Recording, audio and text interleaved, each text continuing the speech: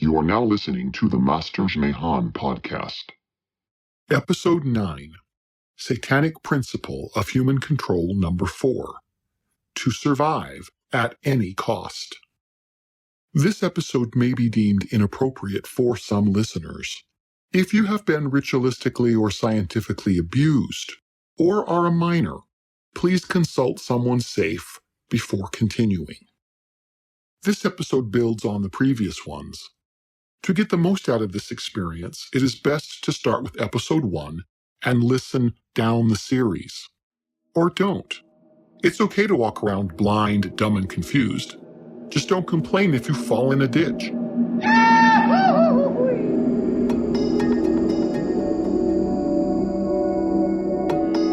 That stuff makes pure masculine seem like ginger beer, man. Adrenochrome. Adrenochrome? There were covens in Europe, that's what they're called, the congregation. They use blood in their rituals, and the blood that has the most power is baby's blood. And they don't just use the blood, they use the flesh, too. Rosemary. Can't we just accept this as the new normal? Hollywood, to me, is sort of a branch of the CIA. I think it's just been laced with intelligence operations. Mind control really runs rampant in Hollywood among the musicians and the acting community. It's just everywhere. I pledge to be a better ally for the LGBTQ plus community. I and the leadership team are determined to use this moment on how we can take action. Well, the truth is different these days. It's more of a hunch you're willing to die for. No, it's not. If in some small way we have increased awareness, tolerance, and acceptance of gay-themed issues in the media, then we welcome that as a happy byproduct of our work. Okay, everybody, that's a wrap.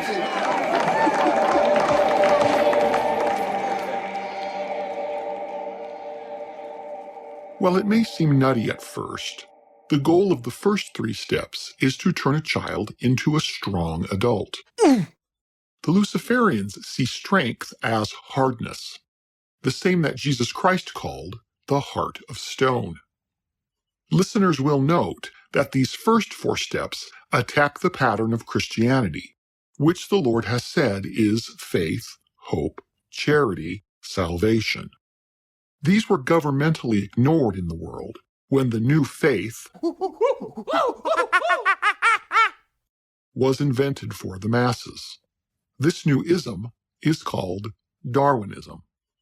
Its main doctrine is called the survival of the fittest, which is exactly the same thing as saying might makes right, and the end justifies the means, or as too many human snakes say, business is just business.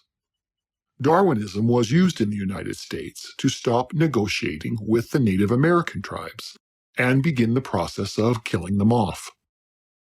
Previously, it was believed that they were maybe the lost tribes of Israel. But if not that, then at least the children of Noah, and thus worthy of Christ's golden rule, his all-reaching second commandment that after one's love of God, one must love one's neighbor.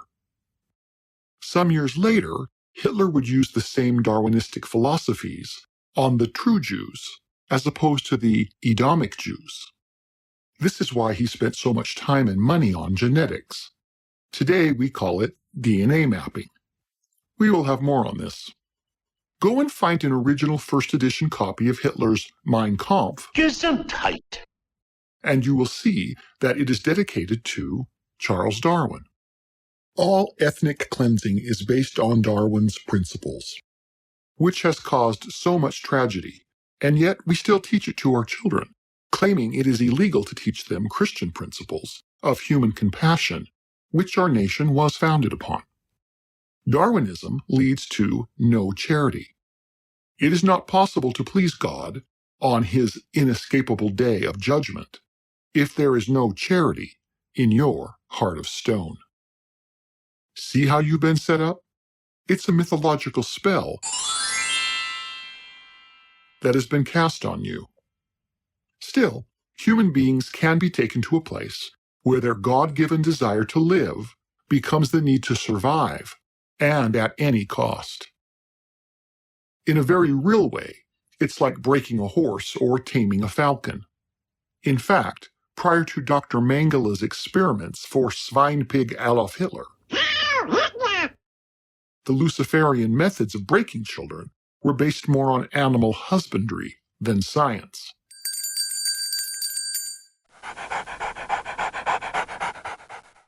Today, the approach is a mixture of both.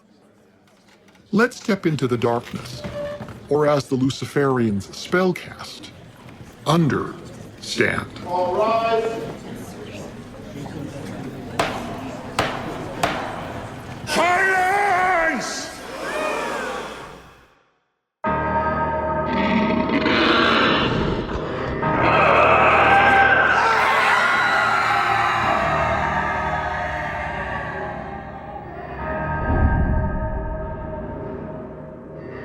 The fourth step in the Satanic training that is used to teach a child that only the strong survive, and that it's okay to hurt the weak since they are beneath you anyway, all occult members are expected to become aggressive perpetrators.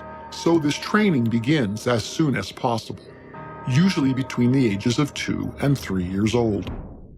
Having embraced the first 3 steps, which are to have no personal needs, to have no personal wants, and to have no personal hopes as reality, their new normal, the child is now taken to a room where another child, their age or younger, is being savagely beaten. This beating will go on for a long time. At some point, the child in training will be told to participate in the beating. If the child refuses, he or she will be savagely beaten along with the younger child, and then commanded again to be the perpetrator. This will continue for hours if necessary, until the trainee complies and beats the other child to protect him or herself.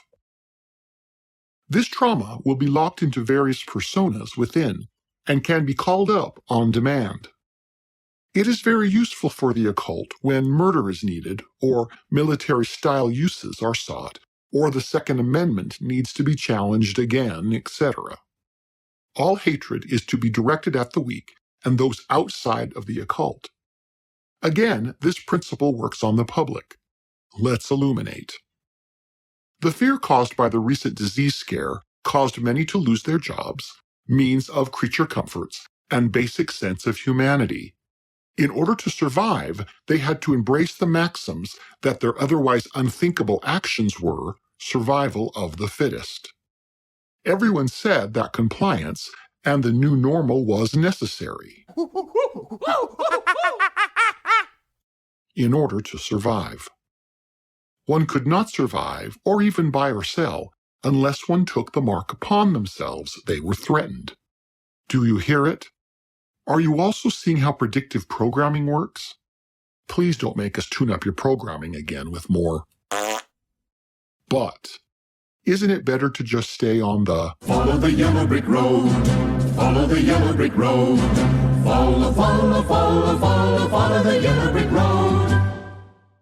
The ancients taught that humanity has 2 paths, one toward the angels, called the Ben Elohim, the straight and narrow as pointed out by Jesus Christ, or the other, toward Cain, who was the first beastman, Sasquatch.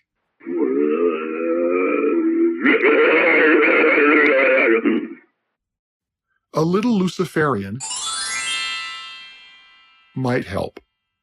Luciferians, fake Christians, and Edomite Sumerians, who pretend to be Jews, teach that the fall of Eden actually happened like this. One day, while Eve was walking naked in the garden, she saw the sexy snake, who reminded her of a super penis.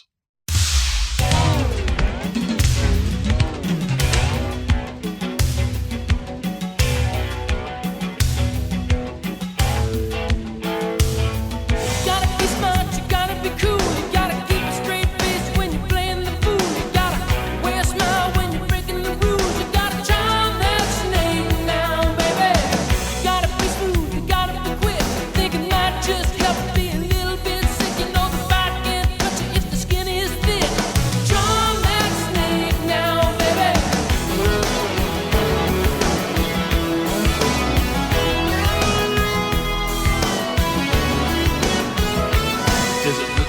snake. The first one made a mistake. If you got what it takes, you better charm that snake. You gotta let it show, ain't gonna let it go. I'm gonna let 'em know, never gonna let it go. Well, alright, let's get it right.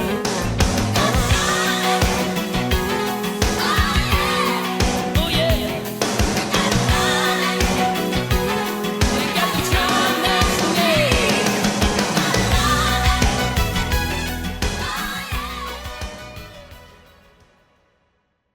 Overcome by his charm and her lust, they made passionate love.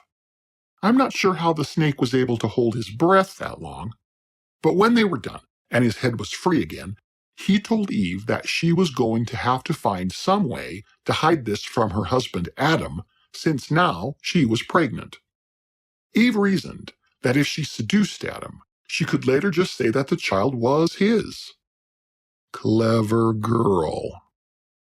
So they say that since childish Jews and Christians can't handle the truth, this first sexual deception was repainted in Genesis to be the forbidden fruit.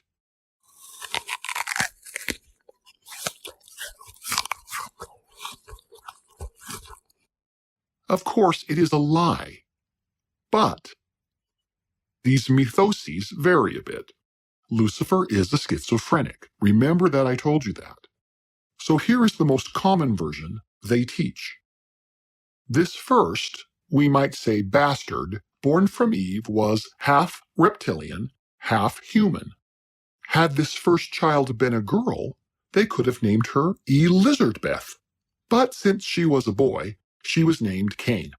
Eve's other children were all with Adam, who was not, they say, as impressively endowed, but marriage has its sacrifices. Now, and this is important, the Food Guide Pyramid says that reptiles eat mammals. Ergo, Cain is able to eat Abel. It's just the natural, beastly, Darwinian way of things. The most dangerous reptiles kill lesser mammals with their poisonous injections. And sometimes they eat them. Now you know where our word cannibal comes from. It's okay for the sons and daughters of the snake union to eat and misuse the sons and daughters of Adam, who are mammals. Survival of the fittest. It is important that the Luciferian captive mammals understand that they are mammals, as opposed to sons and daughters of God made in his image. So they have been reinforcing it in schools and in song. In this we stand under our betters, who see themselves as elites, but more specifically, the sons and daughters of Cain, the snake father. Understand how warped it is? Oh, well now, we call this the act of mating. But there are several other very important differences between human beings and animals that you should know about.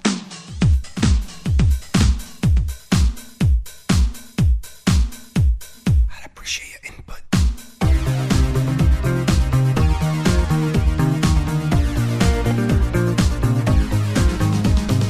You and me, baby, ain't nothing but mammals, so let's do it like they do on the Discovery Channel. Do it again now. You and me, baby, ain't nothing but mammals, so let's do it like they do on the Discovery Channel. Getting horny now.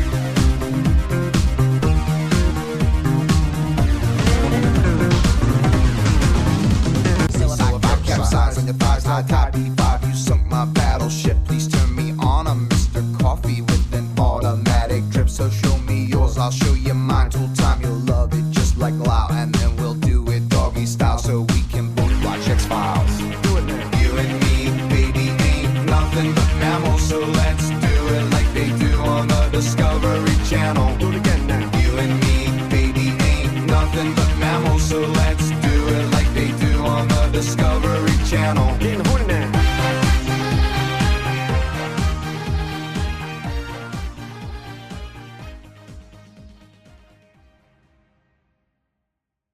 Darwin was a moron, one of the useful idiot puppets of his Luciferian masters. We have so programmed our children today that they see Darwinian concepts even where they don't exist. Science is just starting to discover that most of nature does not believe in the survival of the fittest. We are just beginning to understand that much of nature actually functions on principles of self-sacrifice and mutual aid. Almost no American student has studied the competing theories of Russian scientist Pyotr Kropotkin. Luciferians hate Russians. In Russia, Pyotr Kropotkin eloquently defeated Darwin's moronic theories with clear-cut logic and scientific observation. It does make you wonder how our theories of inhumane genocide, particularly when connected to Luciferian, forced, imperial colonization and gentrification, would have evolved if instead of an awkward inbred English brat going to the Galapagos Islands, where reptiles do eat each other in isolation, we had been influenced by a Russian studying more intellectual animals and mammals in the tundra of Siberia.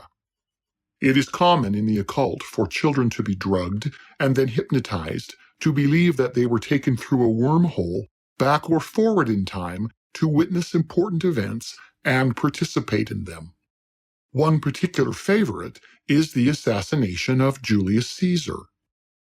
Future events, such as shooting up a public venue, can be staged so that the actual event appears more dreamlike or as a foregone conclusion. Sometimes these reenactments take place when a theme park or sound stage is closed for the night. Oh boy! So, in that tradition, let us go back in time and hear Dr. Kropotkin for ourselves.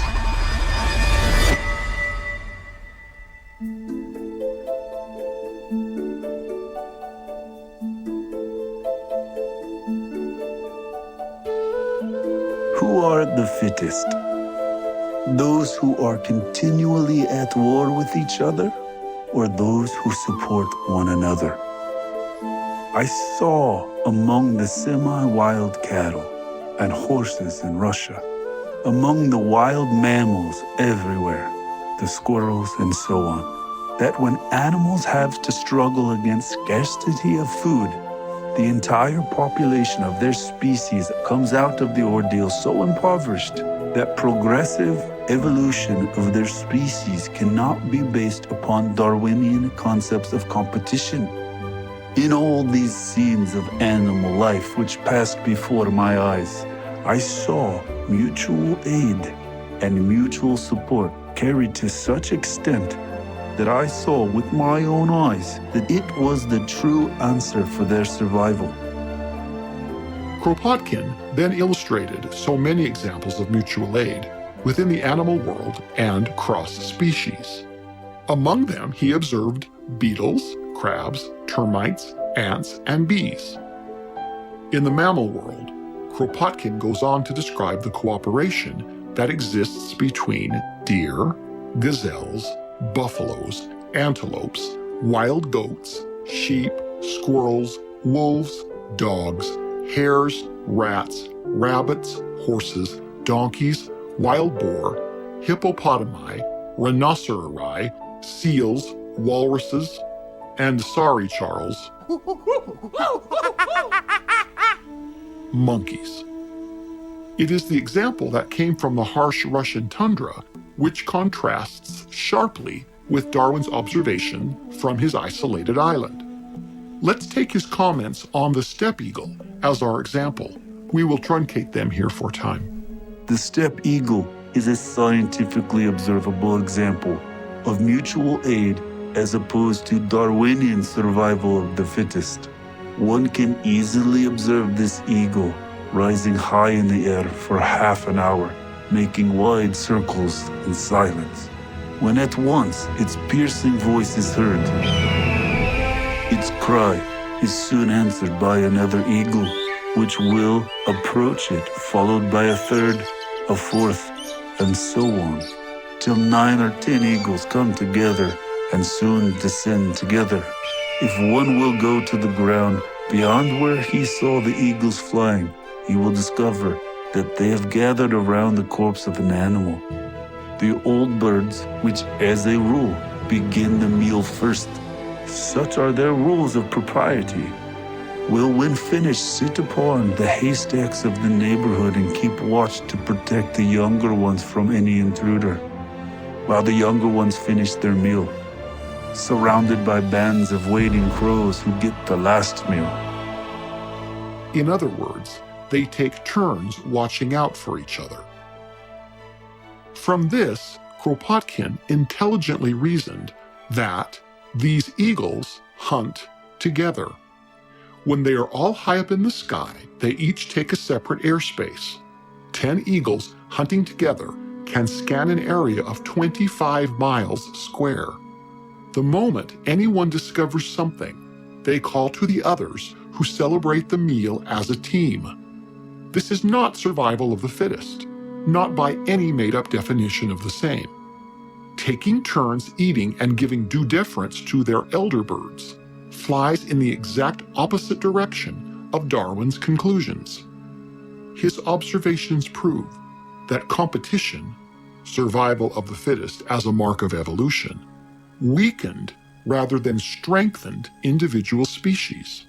He said, "To admit a pitiless inner war for life within each species, and to see that war the condition of Darwinian progress, was to admit something which is not proven, and also lacks confirmation from direct scientific observation. Happily, competition for survival is not the rule, either in the animal world or among mankind. We can see that it is limited among animals to exceptional periods. Better conditions are created by the elimination of competition through mutual aid and mutual support. In the great struggle for life, the greatest possible fullness and intensity of life with the least waste of energy, true natural selection continually seeks out ways precisely for avoiding competition as much as possible. We observe that ants combine in nests and into nations. They pile up their stores, they join together their food gathering, and thus avoid competition. We can see that so-called natural selection picks out the ant family, which knows best how to avoid competing with each other. Many birds in Siberia slowly move southwards as the winter comes and gather in numberless societies, undertake long journeys together to avoid competition. Many rodents fall asleep when the time comes that competition would set in, while other rodents store food for the winter and gather in large villages for obtaining the necessary protection when at work. The reindeer, when the lichens are dry in the interior of the continent, migrate towards the sea together. Buffaloes cross an immense continent in order to find plenty of food in herds for support. And the beavers, when they grow numerous on a river, divide into two parties, and the old ones down the river, while the young ones up the river, to avoid competition between them. This is observable time and time again in nature. But how does it translate to humanity? He went on. It is evident that life in human societies would be utterly impossible without a corresponding development of social feelings, and especially of a certain collective sense of justice growing to become a habit.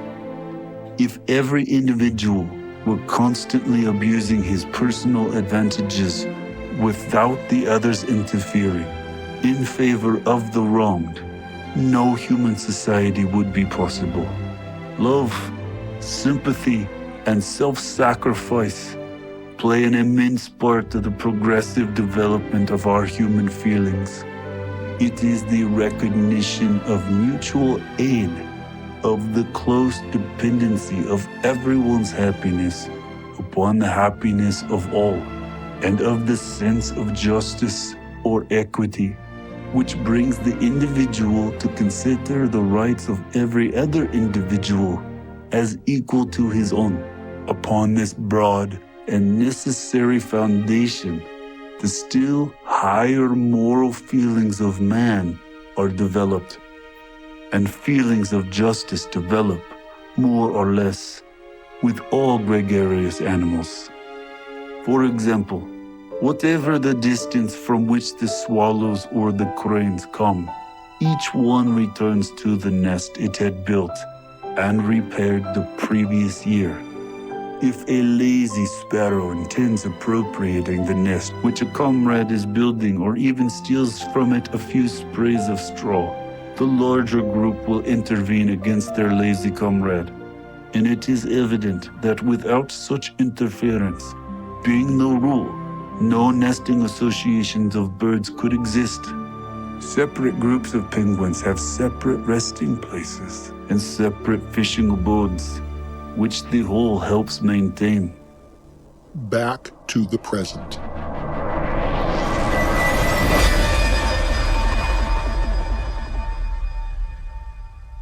Only recently have scientists discovered that plants behave in the same way. Using what they are dubbing the Wood Wide Web, plants share information with other plants through touching roots. If one plant senses danger or is in fact dying, it will warn the others to prepare and have been observed sending its nutrients to another in order to save it. This is not survival of the fittest, but is literally self-sacrifice. The closest concept that exists anywhere to this type of thing is Christianity, where we have been taught that the Good Shepherd gives his life for the sheep, and I am the true vine, and ye are the branches. How did Christ know these profound things? By contrast, might equals right, and the need to survive at another's expense can be seen in many Luciferian concepts. In the United States, the thought police, in terms of the human will to survive, was witnessed by Dr. Peter Breggin when he was still a young college student.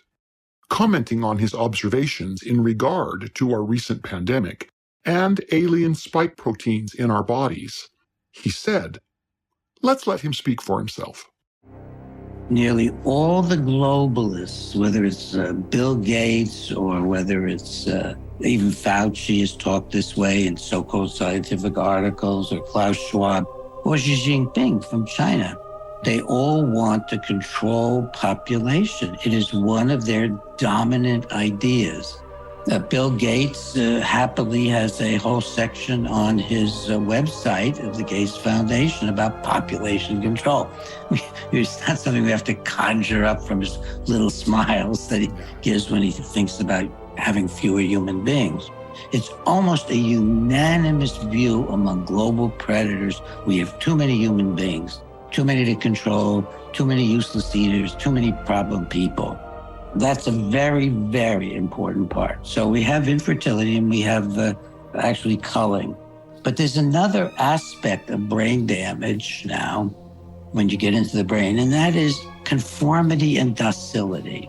So when they finally got around to doing detailed studies of lobotomy, one of the ways that they put it, and these were the people who favored lobotomy, they said the person in a controlled, confined situation does reasonably well. That is, they're manageable, they don't get out of control, they can be led about, they will line up and get their dinners. They do not get they'll get irritable, but they don't have the energy to do a criminal act or the energy or planning to really get into serious trouble. Walter Friedman bragged about that. He said, these stories of bank robbers by lobotomized people, why they don't have the ability to plan or the energy or the concern. Very proudly about what they're doing to human beings.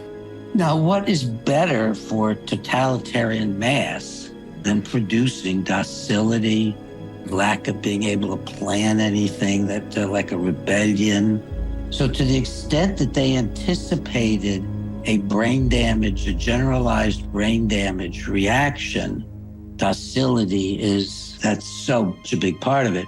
One of the reasons perhaps that I'm not exactly like most scientists and physicians is that I got introduced to this whole area as a college freshman at Harvard.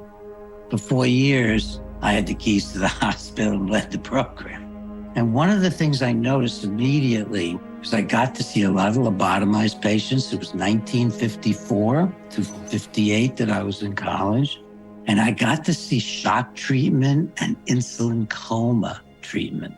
And what I noticed was very, very apparent. And that is that when the person would be led in, say, to the insulin coma, which is simply giving you an injection of insulin sufficient to deprive your brain of enough sugar to kill you, one of the basic things that I could see was that people came in as human beings. They were angry, most of them, upset. They didn't want to be in this place. They would certainly be irritable. They'd be difficult to handle. And then they'd get knocked out by the insulin. They'd go into seizures. They were literally dying. And then they'd be given sugar or water or orange juice with extra sugar, and they'd come out of it. And now they were not just docile. They were grateful for having their lives saved. They were completely helpless, docile people. And that was the goal. So I knew from the beginning that all the other things they were saying about biochemical imbalances or improving their mental health was all nonsense. This was a total institution, very similar to an extermination camp. They were just having their way with these people, making them more amenable. And then the same story when the psych drugs came in, the big antipsychotic drugs, which came in the 50s. I got to see some of their effects. One dose produced somebody similar to somebody who'd been abused in a concentration camp. One dose made people docile. Dr. Breggin is famous in being the doctor who ended lobotomies in the United States as a practice for controlling difficult people, such as Rosemary Kennedy, who was lobotomized on order of her father, Joseph Kennedy, without the knowledge or consent of his wife or greater family. She remained hidden away until her death in 2005. Dr. Breggin became concerned when he noticed that synthetic DNA, when injected into the human body, can pass the blood-brain barrier and scar up a human being's frontal lobe in the exact same way that a person was lobotomized after Nazi scientists were allowed to continue their experiments in the United States after World War II. Now listen to Bill Gates explaining Operation FundVax to the CIA on April 13th, 2005, complete with a Microsoft PowerPoint presentation. Yeah, so the name of this project is FundVax, which is the vaccine for religious fundamentalism. We have individuals who are religious fundamentalists, religious fanatics, and this is the expression, RT-PCR, the VMAT2 gene. By vaccinating them against this, we'll eliminate this behavior, part of the brain that has to do with intents and beliefs and desires.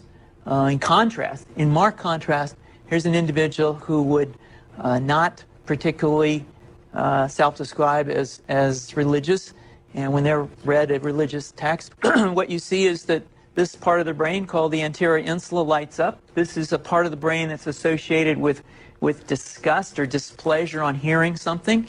So you're suggesting I take a CT scan with me when I'm evaluating people to determine whether I put a bullet in their head? The virus would immunize against this VMAT2 gene, and that would have the effect that you see here, which is it's essentially to turn a fanatic into a normal person.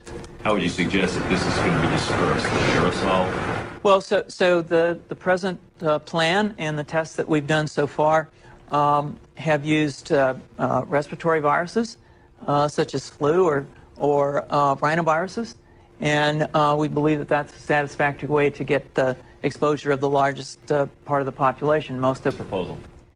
If you find all of this shocking, do an internet search for a young Bill Gates and his rabbi, Rabbi Schneerson, the head of the fundamentalist Jewish extremist end times cult, Chabad Lubavitch.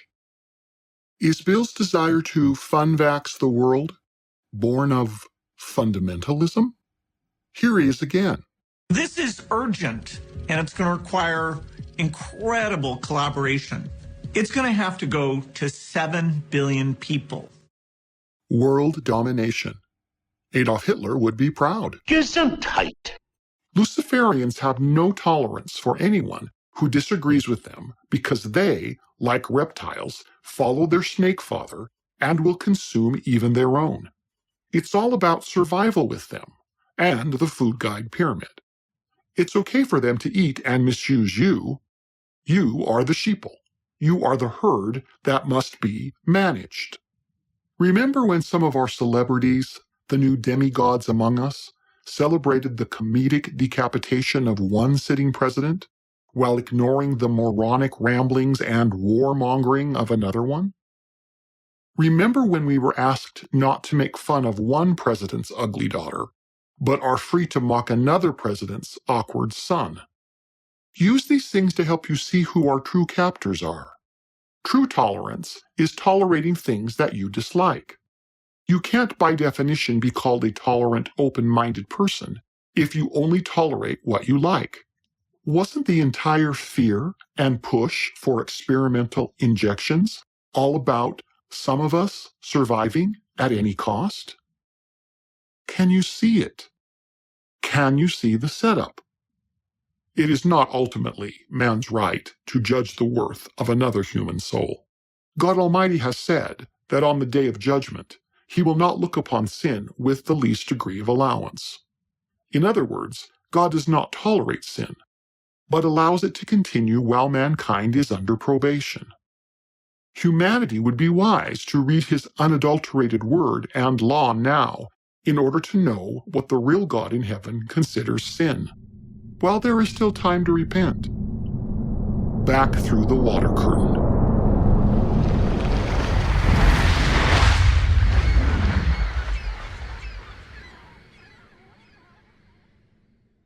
The terrible irony is that these divisions have been set up by the occult so that when we are at last exhausted by it all, they believe that we will reach out to them for peace.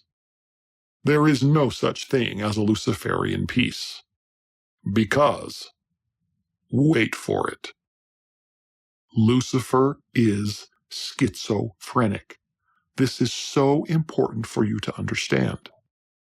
And so, if we are stupid enough to embrace his form of one-world Zion communism, we will just discover what the ancient Assyrians, Babylonians, Medo-Persians, Greeks, Romans, and everyone else who's tried it has discovered when they tried to bring the world under one thumb with one king, Lucifer. It will never work with a schizophrenic. The human soul desires more than just survival, and God is the author and finisher of our creation. He has placed a desire for freedom and individualism into our DNA. We also enjoy brotherhood, sisterhood, mutual support, and helping one another. In Christ-like terms, this is called charity. The occult knows this, and it scares them, because if we wake up, we will have more on this. Rationale for fair use of copyrighted items used. Fair use law allows fair use when copyrighted material is being used to make a specific educational, research-based, scholarly, and/or critical comment on the work being used. You will know the truth, and the truth will set you free. Masters Mahan will return.